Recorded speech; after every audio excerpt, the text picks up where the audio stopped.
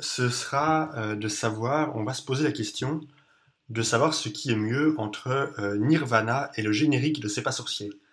Oui, parce Euh, que il y a quand même, on oublie l'impact social des deux morceaux sur toute une génération. ah oui, bien sûr, et surtout cette belle image avec le camion vu d'en haut, conduit par Marcel, avec marqué Oui, C'est pas sorcier sur le dessus, c'est vrai. euh, tandis que Nirvana, voilà, mec, Oui, voilà. c'est un bébé dans l'eau, Puis, à part ça, qu'est-ce que tu veux de plus? oui, oui, puis voilà, il y a quoi Nirvana? C'est quoi? C'est un billet de banque accroché à un hameçon, alors que le générique de C'est pas sorcier, en fait, on voit quand même cette étendue. Au début, en fait, on est quand même fixé sur le toit du camion. On se demande un petit peu C'est où vrai, est-ce mais qu'il que se va-t-il se dirige. passer? Et, Où et, va et ce voilà, camion? la caméra qui s'élance de plus en plus vers l'horizon et on voit le camion partir, c'est d'une beauté C'est inouïe. époustouflant. Et toujours On fait plus après, ça on se aujourd'hui. demande où va ce camion. Alors il nous emmène à Mont-de-Marsan, il nous emmène voir les volcans d'Auvergne, il nous emmène à Mais je vais te dire, Chambéry. je vais te dire où est-ce qu'il m'emmène? Il m'emmène au plus profond de mon âme, dans mon cœur. Il m'emmène là. Mais Parce que, évidemment, évidemment. Ça t'emmène où, Nirvana? alors que Nirvana, ça m'emmène, tu vois, on part de là, puis tout, Ça hop, m'emmène on aux arrive là, quoi. chiottes, moi. Ouais, parfait, Mais parfait. voilà. C'est du Alors, caca. le vrai fil rouge, ce sera qu'on va se poser la question. Et on va essayer de le faire sans name drop Zappa à Trop, tout bout de trop champ. tard. C'est Trop trop tard. tard. Aïe, Trop tard. aïe, je mets un petit bâton dans mon livret de mentionnage de Zappa. C'est ça. Hop là. J'ai 14 petits bâtons. Non, non, on va se poser la question de savoir ce que vaut l'humour dans la musique. Quelle est la chanson que tu trouves le plus drôle ou l'album qui te fait le plus rire, Benjamin? Ah, putain, j'ai beaucoup, beaucoup, beaucoup ri, et je ris encore sur Apostrophie, avec toute la face A, avec De la quel suite. artiste? On n'a pas le droit, on n'a pas le droit de le dire. De l'artiste Zappa. De l'artiste Zapata. Frank Zappa. C'est Toute vrai que la, toute la suite Yellow Snow me fait rire, en fait, encore aujourd'hui. And I pounced again. Et surtout l'intonation qui s'amuse à prendre à certains moments. Mais tu vois, moi, des questions que je me posais, c'est euh, Frank Zappa, ça reste d'abord de la musique, et ensuite il y a de l'humour. Et tu vois, non, non, Tenacious non. Là, D, c'est là que je suis pas d'accord. Vas-y, continue. oula, bah, Tenacious D, la limite était plus fine. Est-ce que c'est pas la musique au service de l'humour pour Tenacious D? Ouais, si. Je suis d'accord. Pareil pour les trucs genre Ultra Vomit. Le Mais but non, c'est mais d'abord délirer. du coup, Tenacious D, je suis assez d'accord, mais j'ai l'impression que Zappa, c'est un peu triché parce que euh, de dire juste Zappa, ça veut rien dire. Il y a le Zappa sérieux, il y a le Zappa humoriste, il y a le Zappa qui va faire uniquement des superbes solos de guitare, il y a le Zappa qui va faire de la musique de merde, rien que pour faire une blague. Mais non, mais si, mais par exemple, euh, Let's Make the Water Turn Black, c'est une musique qui est nulle, c'est pas bien. C'est Je un l'ai pas patter en song, tête. c'est dans One Size Fits. Oh non, non, Oui, oui. c'est dans We're Non, non, Only. pas du tout. Non, non, Non, c'est oui, dans We're Only in c'est It c'est for la the période, Money. c'est la période des Mothers, bien psychédélique, et je l'écoute quasiment pas.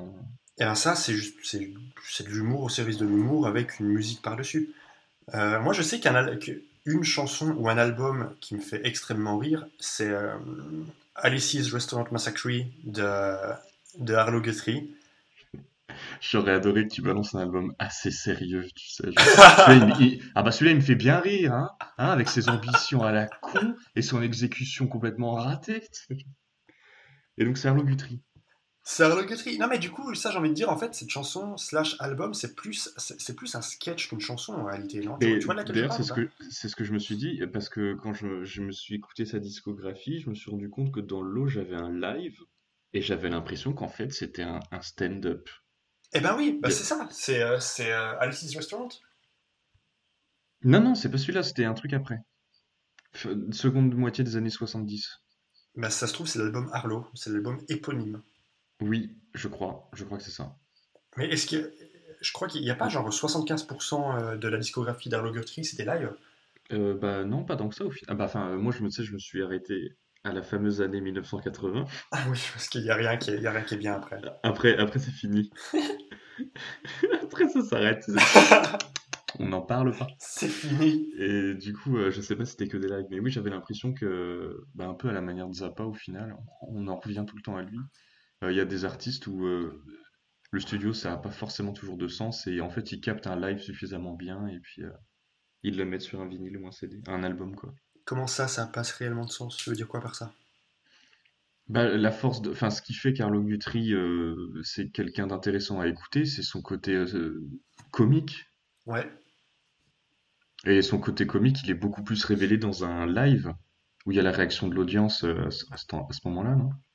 Et alors, est-ce que c'est pas comme une sitcom où justement, tu sais, ils te balanceraient parfois des rires préenregistrés pour évoquer de l'humour chez Hmm. toi, comme si c'était pas Oui. nécessairement si drôle que ça. Alors on saura. Bah, faut regarder dans les crédits, sur la page Wikipédia ou je sais pas quoi. Je sais que parfois il y a des gens qui font ça. Il y a Sur même des Wiki. gens qui font des faux lives. C'est vrai? C'est une aberration, mais oui. Il y a des gens qui s'amusent. Tu sais, genre, sur 10 morceaux, t'en as un en live, et en fait, il a été enregistré en studio, et ils ont mis des. C'est que juste pour faire genre, waouh, Putain. regardez ce groupe, il a du succès. Mais il est où le.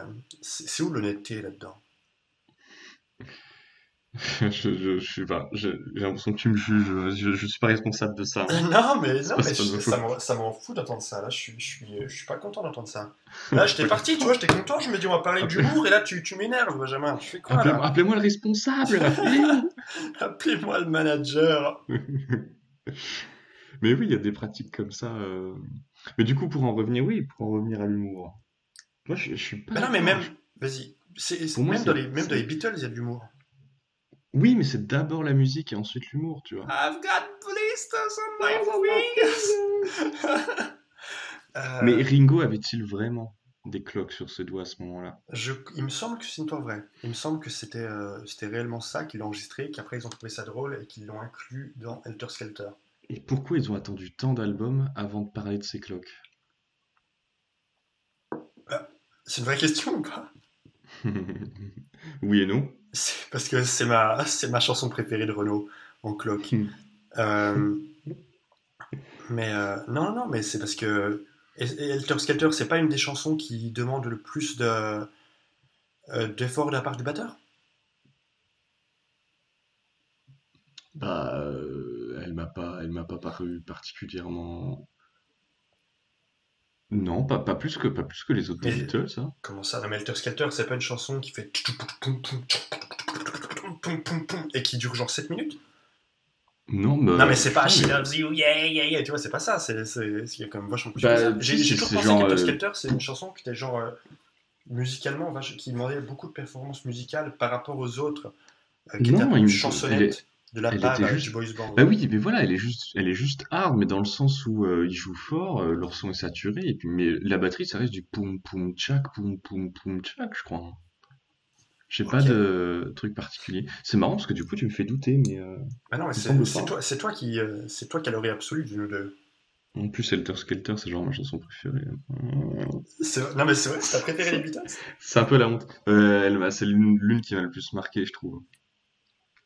Mais tu sais, tout le monde dit d'ailleurs que c'est un petit peu, tu sais, quand les gens s'amusent à trouver l'origine du métal, du heavy metal et tout, ils essaient de remonter de plus en plus loin pour Mhm. trouver des trucs où, à l'époque où le terme n'existait même pas, mais des sources d'inspiration. Et il y en a plein qui considèrent Helter Skelter comme la première chanson heavy. Ce qui est She's pas, ce qui est, so. ce qui est pas. Du, du, du, du, du, du, du, du, du, du. Dans ce Ok. morceau-là, l'influence des Beatles est incroyable. Non, c'est une blague ratée. J'allais dire, bah oui, c'est eux qui l'ont composé. Manganga. Tu sais, un genre ou une époque qu'on parle jamais, ou un artiste dont on n'a jamais parlé, mais je suis allé voir ta page LastFM et j'ai vu que tu l'avais écouté en 2012, Louis Armstrong. Oui, Tu sais c'est pourquoi on n'en parle vrai. jamais? Parce que ni toi ni moi on s'y connaît, c'est pour ça qu'on va pas en parler maintenant. Que... Aujourd'hui, on va parler de choses qu'on connaît pas. Aujourd'hui, on va parler d'un album qu'on a écouté qu'une seule fois en 2012, dont on ne se souvient même pas du nom. Bah Bah non, oui, non, mais mais en effet, je savais même pas que j'avais écouté Louis Armstrong, tu vois. non, mais t'avais écouté genre un album qui s'appelait genre les, les 30 meilleures chansons de jazz, un truc comme ça. Putain, oui, ouais, c'est Jazz Icons, sûrement, Je un sais truc comme plus, ça, un ou un truc comme ça. best-of. Ouais, c'est drôle. Putain. Bon album. Le best-of, c'est un bon album. T'as jamais remarqué que dans les best-of, souvent ils font une sélection des meilleurs morceaux? Ils essayent d'en faire un bon album, je trouve. Bah oui, c'est vrai. Non, mais est-ce que je trouve pas justement qu'il y a trop de préjudices à ce niveau-là? Tiens, on peut parler de ça. Il y a trop de. Entre nous. Non, mais sans rire, les gens qui disent ouais, j'écoute pas l'album, j'écoute que des morceaux seuls. Ah, mais chacun a sa manière d'écouter. Oui, non, mais là, tu dis ça parce que on Oui. t'offre une tribune devant une audience, mais t'en penses pas moins. Enlève ton filtre, Benjamin. Tu ne trompes personne. Pas les Pas les masques. masques, Benjamin. Pas les masques. Bah, moi, c'est sûr que je trouve ça mieux d'écouter par album, mais Ce qui est où en fait, l'intégrité artistique après? bah, en fait, il y a les moments où tu écoutes par album, c'est les vrais moments où tu te dis, ah bah tiens, là, tu vois, je vais m'écouter de la zik. Et puis il y a toujours des moments où, d'ailleurs, tu le vois parfois sur mon profil Last.fm, quand je découvre un artiste et qu'au beau milieu de l'album, il y a un scrabble qui a rien à voir. Oui, parce que C'était juste parce que, en fait, je pensais à ce morceau-là à ce moment-là, et du coup, je me dis, bon, bah, pour pas trop entacher, je vais l'écouter, tu vois, comme ça, hop, c'est je bon, sais, et et il va je t'avais passer dans beaucoup ma vu tête. quand j'avais essayé un peu de te mettre au rap, tu t'écoutais Au milieu souvent. de PNL. Non, non, mais t'écoutais souvent parce que tu reconnaissais le sample et du coup t'écoutais au milieu Oui, la musique qui était samplée de ça. T'avais beaucoup fait ça avec Monsieur West. et en effet, oui. Beautiful morning. Tiens, d'ailleurs, il en est où, là, dans son album? Il en est de son album. Là récemment, il a produit le dernier album de Pusha T, qui est sorti avant-hier. Son prochain album à Kanye West sort dans 6 jours. Maintenant, il sort vendredi prochain. Et ce sera un album très court de 7 tracks. Hmm. Mais je sais pas si les singles qu'il a sortis récemment, tu sais, il a sorti un ou deux singles, je sais pas s'ils seront dans l'album, je crois pas. Après, 7 jours après, il sort un album avec Kid Cudi, qui va s'appeler Kid See Ghost, et après, il produit un album de Teyana Taylor, euh, qui est un artiste qui m'est cher parce qu'on a la même date de naissance. Euh, et tu sais, c'est la nana qui dansait dans Fade, dans le clip de Fade. J'ai pas regardé le clip de Faye. Putain, on dirait que c'est la météo de la musique. Et nous aurons le titre produit par Pusha T le 27 juin prochain. Mais non, mais je trouve ça intéressant parce il y a beaucoup de bonne musique en rap qui sort ces temps-ci.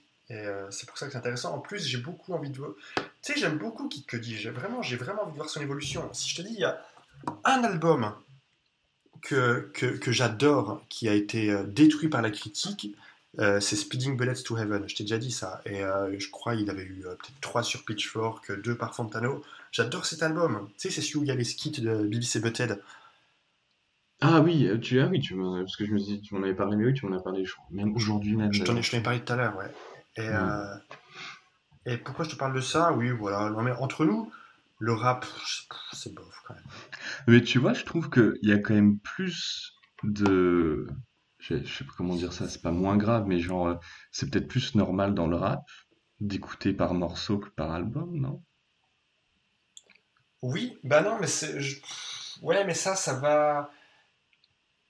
À mon avis, c'est plus quelque chose qui est générationnel. C'est plus parce que c'est des artistes qui ont grandi comme ça, qui ont évolué comme ça, qui ont eu la musique digitale, qui ont plus l'habitude de faire des assemblements de singles. Tu vois, par exemple, l'avant-dernier album de Drake, il avait été C'est vendu. pas Passion Fruit ou celui d'avant, là? Non, je crois que c'était Celui Views. avec Hot Lighting? Bah oui, celui-là, c'est Views. Et ben celui-là, il Oui, avait, voilà. il avait été marketé comme une playlist. Tu vois, il n'avait pas été marketé comme un album. Parce qu'il n'y avait pas de cohérence réelle entre les morceaux. Et, euh, et c'est pour ça, c'est générationnel. À mon avis, c'est dommage parce que c'est quand même beau. C'est pour ça que t'aimes TPAB. Hmm. Parce qu'il y a de la cohérence, il y a du. J'ai tapé sur ma main. C'était pas violent, ça va. Il y a de la cohérence entre les morceaux, tu as une narration dans tout ça. Et c'est quelque chose qu'on voit plus trop aussi. Il y a encore Frank Ocean qui fait ça, mais encore, ça se perd maintenant. Puis c'est pas un si bon artiste que ça. Et, ou les, Ouh les, là là, Don, les il Don dit des Vote. choses. Préparez les pouces rouges.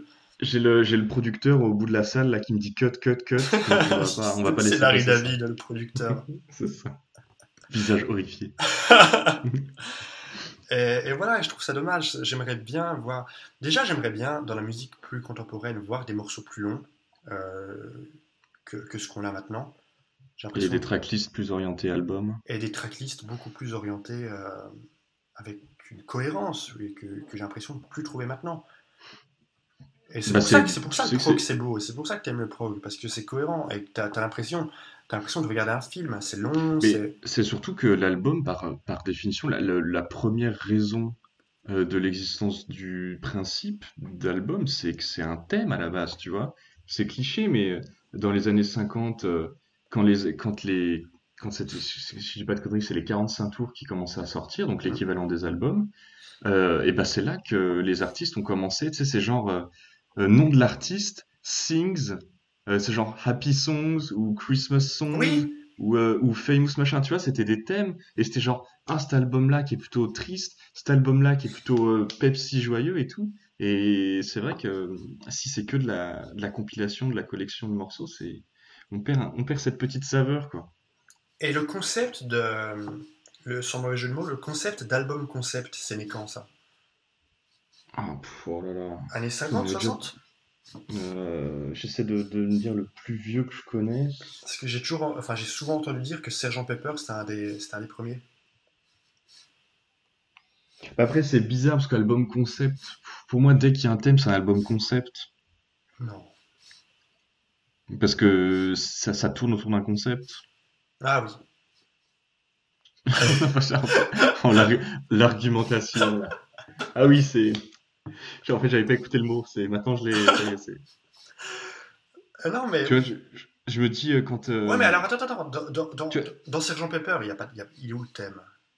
ah si, c'était pas sur la vie, Oui, vieillir. si, c'est Ah, sur. c'est T'as ce raison, c'est truc-là, sur là. la découverte de soi par le vieillissement. Mais même, Mais tu vois, je pense. il est pas, il est difficilement cernable. Pour moi, pardon, vas-y, attends, vas-y, je t'écoute. Non, mais c'est juste que, en remontant, tu vois, Beethoven, il a sorti des symphonies. Hmm. Et à l'époque, on nommait pas vraiment, c'était vraiment genre symphonie numéro 5, C'est les opus. opus machin, et c'est tout. Mais parfois, c'était un petit peu plus que ça, et si je me trompe pas, la sixième symphonie de Beethoven, elle s'appelle la pastorale. Parce que le but de cette symphonie, c'était en gros, l'album, enfin, la symphonie aurait pu s'appeler genre Image de campagne, au pluriel, tu vois. Et là, dans ce cas-là, pour moi, ça rentre dans le cadre d'un album concept, là où les symphonies d'avant ne sont pas vraiment des symphonies conceptuelles, mais juste de la musique pour la musique. Alors là, tu vas dire que je suis un plébéien du classique, et c'est le cas, mais les 4 saisons de Vivaldi, c'est carrément un album concept, ça, du coup. Ah ben, définitivement. Pour moi, définitivement. À- à- au même moment où il y avait d'autres compositions qui étaient sorties en mode juste concerto pour piano ou pour... Bah non, enfin non, du coup, pas, enfin pour clavecin, si c'est l'époque, tu vois, mais c'est vraiment juste, bon bah, voilà, là, il y a 5 morceaux, et dans 5 morceaux, ça va être joué par un clavecin et 2 violoncelles et un violon, tu vois. Il y avait même pas de thème ou de quoi que ce soit, quoi.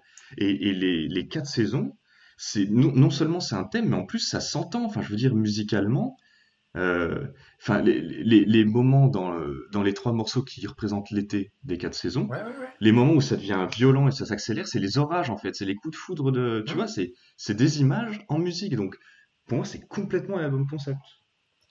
À Alors, 100%, je valide. Ça va à Baltar. Moi aussi, je te je signe l'envoie à pour trois Baltar, les albums. valides. Mais non, mais du coup, parce que je repensais un peu à ce qu'on avait dit précédemment, et je me souviens avoir lu ça, que le concept d'album concept, encore une fois, pour Sergent Pepper, c'était non pas par sa musique, mais aussi par son marketing. Parce que tu sais, il avait été vendu dans les superbes pochettes où tu Waouh. avais des goodies, t'avais une C'est fausse moustache de Sergent Pepper quand t'achetais c'est l'album et tout. c'est une œuvre transmédia, si je me trompe pas. Euh, c'est plus compliqué que ça, mais ouais, ça peut être considéré D'accord. transmédia. Euh, Je suis content, yes. Mais non, Je vais placer un non, mais mot. dans ce cas-là, même du coup, même Vivaldi, ça peut être considéré transmédia, parce qu'avec les 4 saisons, tu avais des poèmes à lire en même temps. Tu sais, il avait release Oh les deux en putain, même temps. je savais pas. Enfin quoi, je sais même pas si c'est... Non, non, non, c'est pas lui qui les avait écrits, les poèmes, mais t'avais des... T'étais censé lire un truc en même temps que t'écoutais la musique. Ah oui, d'accord, ouais. Putain, je savais pas, tu m'apprends quelque chose. Mais je t'apprends des choses. Ben, Ouais. c'est comme pour Joe's Garage. T'es censé lire en même temps. T'es censé lire le fascicule, non? De Zappa. Le fascicule. Il est vendu à 1,60 € chez ton marchand de journaux. Mais non, Je mais sais pas, je l'ai tu pas sais, lu. mais si, t'as le fascicule avec marqué euh, à ce moment-là, imaginez qu'il y a 40 filles qui Ah entrent sur mais la scène et qui font. oui! J'avais pas compris quand tu sais que j'ai ouvert le CD, j'ai tout le temps pour habitude quand je rip le CD de jeter un coup d'œil au livret et j'avais pas compris en fait parce que les premières pages ne correspondaient pas aux paroles au début. Bah oui, parce que Je c'est me suis ça. retrouvé Ça comme un décrit con des et en fait, choses. j'ai deux livrets. Il y a deux livrets, il y a le premier avec les paroles et un autre et putain mais du coup il est à Dijon, je l'ai pas mais j'ai envie de le rouvrir du coup là. Eh Putain ben, et viens, on va à Dijon, d'accord, en on va fait, go. il te projette des scènes. Oui. Bah, C'est comme des didascalies quoi. truc tout con, mais par exemple, au début, bah, dans la chanson merde, comment tu dis la chanson qui porte le nom de l'album? Tweet, tati, nani, nani, Oui, la chose chanson titre, garage. Joe's Garage. Euh, ouais, non, ça va être chiant si j'explique en fait. Ça va être trop long, Ouais. t'inquiète. Tu vois, c'est cool, on a juste à dire, il y a un truc à voir là, sur cet album, qui est intéressant parce qu'il est transmédia, il est concept. Et ben voilà, on mettra le lien dans la description, ça va C'est être ça, cool. dans la description de la vidéo ou de l'audio, selon votre support d'écoute. Oui. En plus, on parle de podcast, mais podcast, c'est pas le genre de truc que t'écoutes quand tu marches. C'est vrai? C'est pas ça, pod, c'est pas ça le pod. Je crois que je vais dire n'importe quoi. Non, Je vais- pod, c'est une gousse. Non, c'est pas une blague. je- Mais je non, trouve ça drôle. non, mais c'est pas une blague. Cos, Pod, c'est une gousse. cosse, c'est une gousse, Ça c'est la peut être cosse autour une d'une gousse nas... d'ail. Mais ça peut être une nacelle ou un réservoir, hein. Ben oui, non, mais c'est. Non, mais, mec, genre un iPod, c'est un jeu gousse. Et tu sais comment on dit se ressembler comme deux gouttes d'eau en anglais? Non. Like peas in a pod. Ah, ben c'est drôle ça. Et on parle pas que de la musique et c'est ça qui est cool. Non, mais c'est marrant parce que cast, c'est un moule aussi. Genre podcast, c'est la gousse moule. C'est la gousse moule. Ouais, Est-ce qu'on regrette pas à l'instant le nom qu'on a donné à notre podcast? Est-ce la qu'on va pas gousse, tout changer? la gousse moule, c'est ma maladie vénérienne préférée. Oh putain. Oh Michala! Oh, Michalak. Oh putain. Bon, Bah, comment on appelle celui-là, Benjamin? bah déjà, on est obligé de faire paraître le mot gousse dedans, je crois, on n'a pas le choix. Euh, Blague et gousse, puisqu'on a parlé d'humour? Euh, l'humour a-t-il sa place dans la gousse? Ça me va. On fait comme Ça ça. va? Parfait. Est-ce que t'es un esquimau? Et c'est là que j'aurais rien dû dire, c'est ça en Mais fait, je oui, dis c'est rien. ça. Oui. On peut la refaire, hein. Bon, on va y aller du coup. Benjamin, est-ce Ouais. que t'es un esquimau? I am not an Eskimo. Alors, à ce moment-là, après réécoute, on a trouvé une blague qu'on voulait inclure. Oui, on rembobine là. Ça rembobine. Ah oui, c'est à moi de la faire du coup. Moi Ouais. j'avais les mains sur la tête. On essayait de réfléchir sur le nom du podcast et on s'est dit merde, on a loupé le meilleur jeu de mots. Qui était quand même, et là je vous le donne en mille, qui était quand même Packard Goose. Et moi C'est je ma marque trouve... d'ordinateur préférée. Oh putain. J'ai tout gâché! Ah, si, c'est bien, c'est bien. Allez, retour à la track. C'est ça. I am not an Eskimo.